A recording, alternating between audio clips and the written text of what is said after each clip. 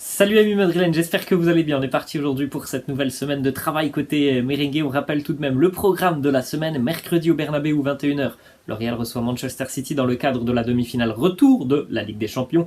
Pour rappel à l'aller, les Citizens s'étaient imposés 4-3. Et puis dimanche au Wanda Metropolitano, toujours à 21h, donc du côté du stade de l'Atlético Madrid.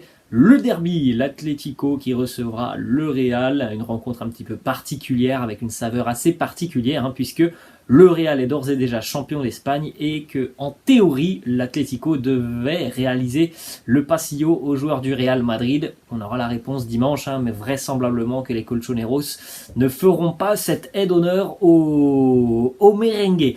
On va démarrer les amis avec une date importante aussi dans l'histoire du club. Très récemment, il y a 48 heures, on vient de célébrer donc le 35e titre de champion d'Espagne du Real Madrid. Et bien, il y a 10 ans, jour pour jour, on célébrait le 32e titre de champion d'Espagne du Real Madrid avec une année qui avait été spectaculaire en termes de statistiques pour les merengues qui avaient atteint la barre des 100 points à l'époque, donc il y a 10 ans. 121 buts inscrits aussi sur cette saison par le Real, avec notamment les 46 buts de Cristiano Ronaldo.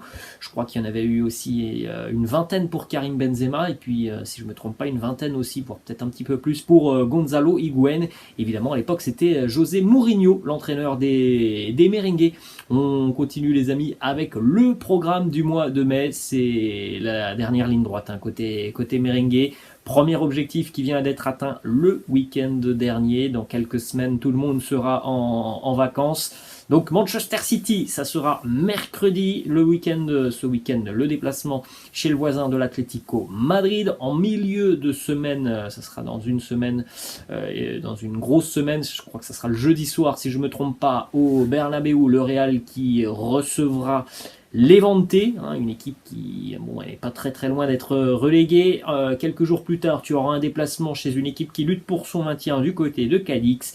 Et puis tu termines donc ta saison sur cette 38e journée face au Betis Séville à domicile au Bernabéu. Donc ce sera une belle affiche pour terminer et clôturer cette campagne de Liga. Évidemment, on est dans l'espoir aussi d'avoir potentiellement un dernier match à jouer. Et ça veut dire que ça sera la finale de la Ligue des Champions. Donc pour le moment, il ne reste plus que 5 matchs à jouer au merengue. On espère qu'il y en aura un sixième. On jette un coup d'œil, les amis, au bilan du Real sur ce mois d'avril qui vient donc de se terminer avec un bilan plutôt satisfaisant pour le Real. 2 défaites, les 2 en Champions League face à Chelsea et Manchester City. Et puis sinon, on n'a que des victoires en Ligue des Champions et puis aussi en Liga. Donc le Celta, Chelsea, Retafe, Séville, Osasuna et l'Espagnol Barcelone. On rappelle, les amis, tout de même, que depuis la défaite face au Barça lors du Classico, le Real a remporté tous ses matchs en Liga, alors que du côté barcelonais, on espérait que ça allait peut-être inverser les dynamiques. C'est pas du tout ce qui s'est passé. On continue avec une des quotidiens madrilènes, Puro Madrid pour Marca.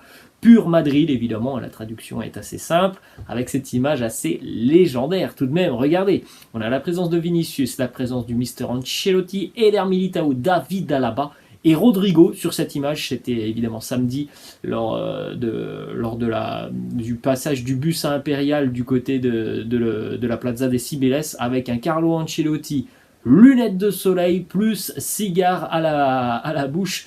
Quelle image assez dingue. Et puis regardez aussi le quotidien AS qui titre Si se puede.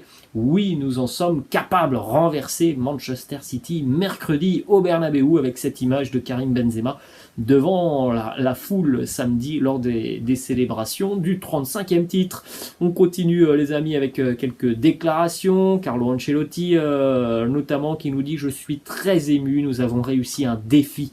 La saison que nous avons fait en Liga a été incroyable, avec beaucoup de régularité et de constance. Je remercie tous les joueurs pour leur travail, leur attitude et leur implication. Aujourd'hui, nous devons célébrer.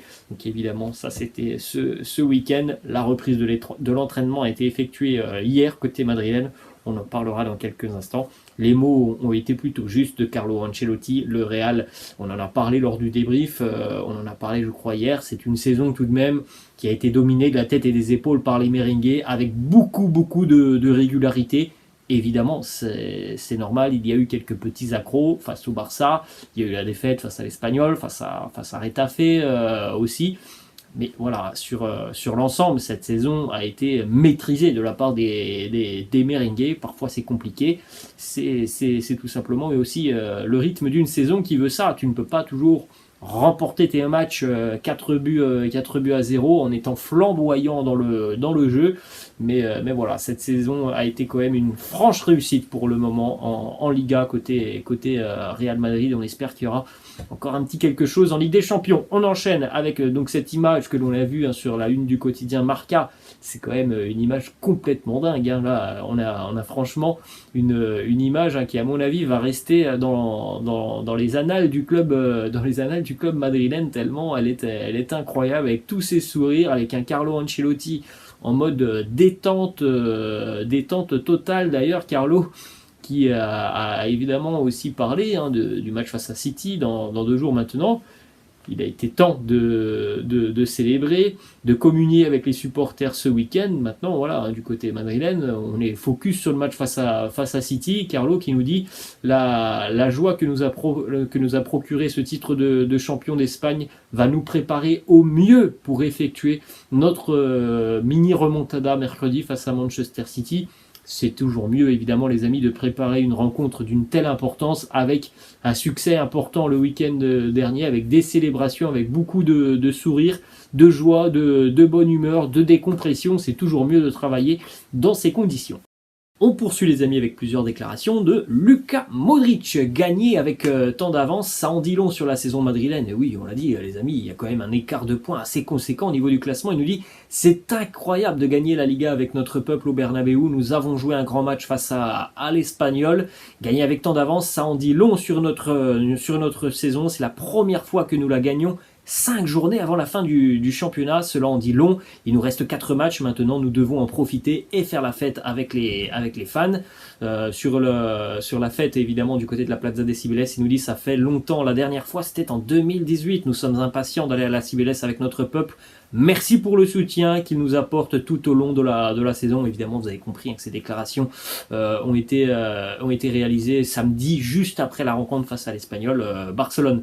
D'autres déclats, celle de Casemiro, notamment sur le fait de célébrer avec les supporters madrilènes aussi après ces années compliquées, les années Covid, ça n'avait pas été facile. Il nous dit c'est une année de travail parfaite, les championnats se gagnent comme ça avec du travail, de la constance, de la régularité. C'est la chose la plus importante. Le championnat est toujours très compliqué, c'est pourquoi nous sommes les plus grands et que nous en avons gagné 35. Nous devons en profiter parce que ce n'est pas facile de gagner la Liga.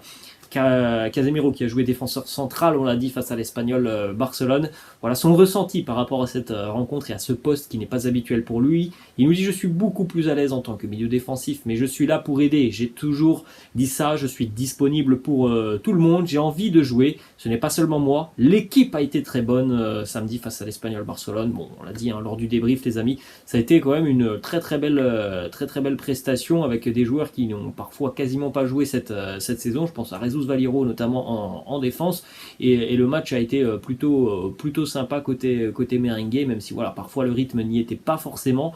Le match a été plutôt sympa avec énormément de bonnes intentions côté Real. Une petite image de Vinicius hier postée sur les réseaux sociaux. Vinicius à table, le menu du jour avec le petit trophée personnel pour les joueurs madrilènes. Évidemment, chaque joueur du groupe a eu donc sa petite réplique du trophée de champion d'Espagne. On a ensuite, les amis, une déclaration de Marcelo qui a envoyé un petit message aux dirigeants madrilènes. Il nous dit « J'espère que mon histoire avec Madrid ne va pas s'arrêter là. Mon contrat se termine cet été, mais je veux rester ici toute ma vie jusqu'à mes 50 ans. Je joue dans le meilleur club du monde. Je suis le joueur le plus titré de l'histoire du Real Madrid. Je veux rester. » Voilà les mots de Marcelo. Est-ce qu'il sera écouté par les dirigeants madrilènes? Puisque Marcelo, je pense qu'il ne serait pas contre une prolongation de contrat d'1 an avec le Real. La réponse va bientôt arriver, mais pour le moment, on se dirige plutôt vers une fin de carrière de Marcelo avec le Real. On ne sait pas de quoi sera fait la suite de sa carrière, en tout cas avec le club madrilène. Pour le moment, il n'y a pas de renouvellement de contrat et donc dans 2 mois, il ne sera plus un joueur du Real Madrid. On continue les amis avec donc les informations avant d'affronter Manchester City. On n'a pas énormément d'informations, mais on a quand même une petite info assez importante. Déjà hier, reprise de l'entraînement, donc évidemment dans la bonne humeur côté madrilène. David Alaba et Gareth Bale sont restés dans le gymnase. Eden Hazard a continué sa récupération. En ce qui concerne David Alaba, il ne s'est pas entraîné donc hier avec le groupe madrilène. Bon, on en a parlé depuis quelques jours, hein, ça semble très hypothétique de voir David Alaba être aligné mercredi face à Manchester City. C'était déjà problématique sur le match aller. Il n'y a aucun entraînement pour le moment de David Alaba avec le groupe, donc je pense que c'est un risque qu'il ne faut pas prendre côté madrilène. Le joueur n'a pas l'air à 100%, il ne peut pas être physiquement prêt à disputer ce genre de rencontre avec l'intensité que l'on va avoir sur ce genre de rencontre. Donc je pense que voilà, c'est une option qu'il faut écarter. Pour le moment, David Alaba ne devrait pas jouer face à Manchester City. Dernière petite information, selon plusieurs médias espagnols, Carlo Ancelotti est en train de préparer une tactique spéciale pour faire tout son possible pour limiter les transitions des Sky Blues de Manchester City. Travail spécifique visiblement pour Nacho, Militao et Casemiro pour gérer au mieux le milieu de terrain de City. Voilà les amis, la fin de cette petite vidéo. J'espère que ça vous a plu. N'hésitez pas à lâcher un petit like, n'hésitez pas non plus à vous abonner à la chaîne. Et puis en ce qui concerne la question de fin, eh bien n'hésitez pas à me laisser en commentaire quelle est pour vous la défense qui doit être alignée face à Manchester City, les 4 défenseurs qui doivent être alignés face à City. Évidemment, bon, David Alaba ne devrait pas jouer, donc laissez-moi en commentaire quel serait votre choix pour la ligne défensive. Voilà les amis, la fin de cette vidéo. Je vous laisse et je vous dis à demain. Ciao.